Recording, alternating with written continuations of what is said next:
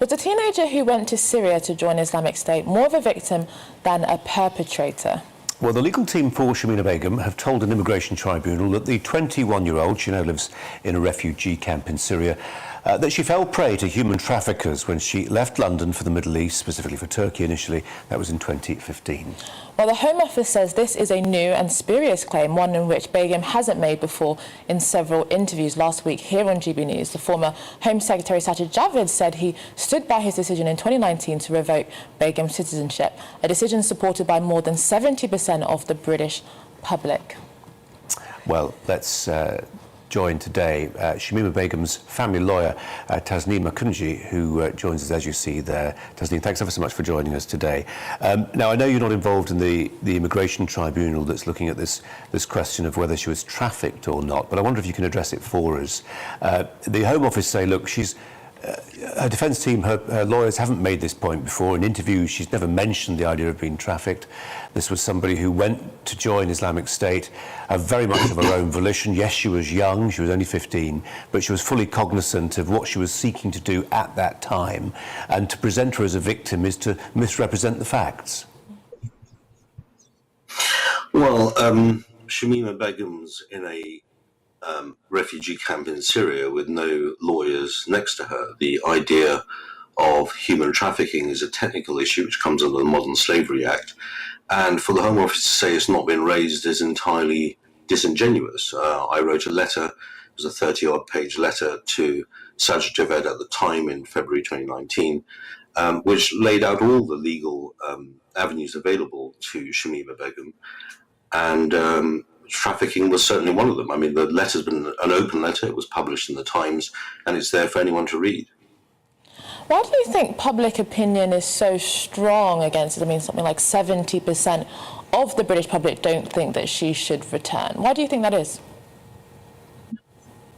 Well, I certainly think that in terms of Shamima Begum, we've had 400 people who've gone over to Syria in the context of that war, plus, and over that 400 have returned before Shamima Begum. So it is interesting to note that Shamima Begum, who was not a fighter, has been singled out in terms of the media attention around it. But this, in my view, has happened because at the time it happened, Sajid Javid effectively weaponized the Shamima Begum issue widely in the press in order to bolster his candidacy where he thought he might become leader of the Tory party. So where you have a Home Secretary who then leverages a particular situation, then of course that becomes of media interest, and it can become a moral panic. And I believe Shamima Begum is the iconoclast of that created moral panic. Tasneem, some people would say that that's quite a cynical way of looking at it. I mean, Britain's not the only country that has taken this step. I mean, Canada and America and even the Netherlands have actually done a similar situation, a similar thing when it comes to some of the women that have travelled to Syria. I mean, this is not something necessarily unusual, even in Western countries. I would say that cynicism in politics isn't unusual, unfortunately, in these days and times, and we've seen quite a lot of examples of cynicism from our particular Home Office with the Windrush and what have you. So I'm hoping that this doesn't remain a norm, but with respect to other countries, you're absolutely right. Many European countries have originally taken that view of trying to stave off this problem. However, a lot of those countries are now entirely changing their view. France has taken back a number of people. Ireland has taken back pretty much everyone that harks from there. The Netherlands have reversed their strategy and are now taking women and children back and have repatriated people. Sweden to Kosovo has taken 130. Even Russia has taken all their folk back as well. So in terms of what our position is, well, we're now lagging behind with other European countries, whereby they have reversed their position quite rightly in light of the international treaty obligations that those countries and this country has also signed, and are reversing their position. They're taking their people back.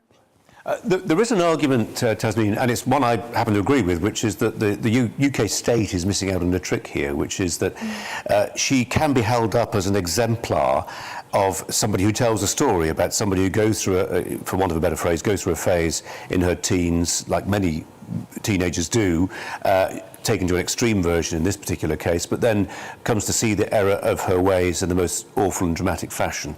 And that could be used and leveraged as an instrument of de-radicalisation. But that's a tactical point. The moral question remains, you know, this is somebody who had agency. And if you believe some of the reports in the newspapers, you know, she was an enthusiast for what IS was doing, allegedly stitching people into their suicide vests. So there's the tactics, and then there are moral questions about the kind of person she is and to what extent she had autonomy and agency. And it does seem she had quite a lot of it. Mm. Yeah, I mean, it's interesting because you raise the issue of her stitching people into suicide vests. Now, that was a leak that came from the Home Office itself, or somebody who had a briefing or access to a briefing in the Home Office, and they themselves explained that that had no evidential value at all. It wasn't ever repeated even in the court case, because it had no weight to that accusation. So the problem with when the Home Office leaks something is that it doesn't often have any merit behind the actual information. There's no evidence there. They haven't repeated it, and yet it sticks still in the press. So okay, Tasneem, we have to leave it there, I'm afraid. In terms of the moral... Sorry, forgive me. We'll save that for another time. We're running out of time right now, but appreciate yours. Thanks very much indeed.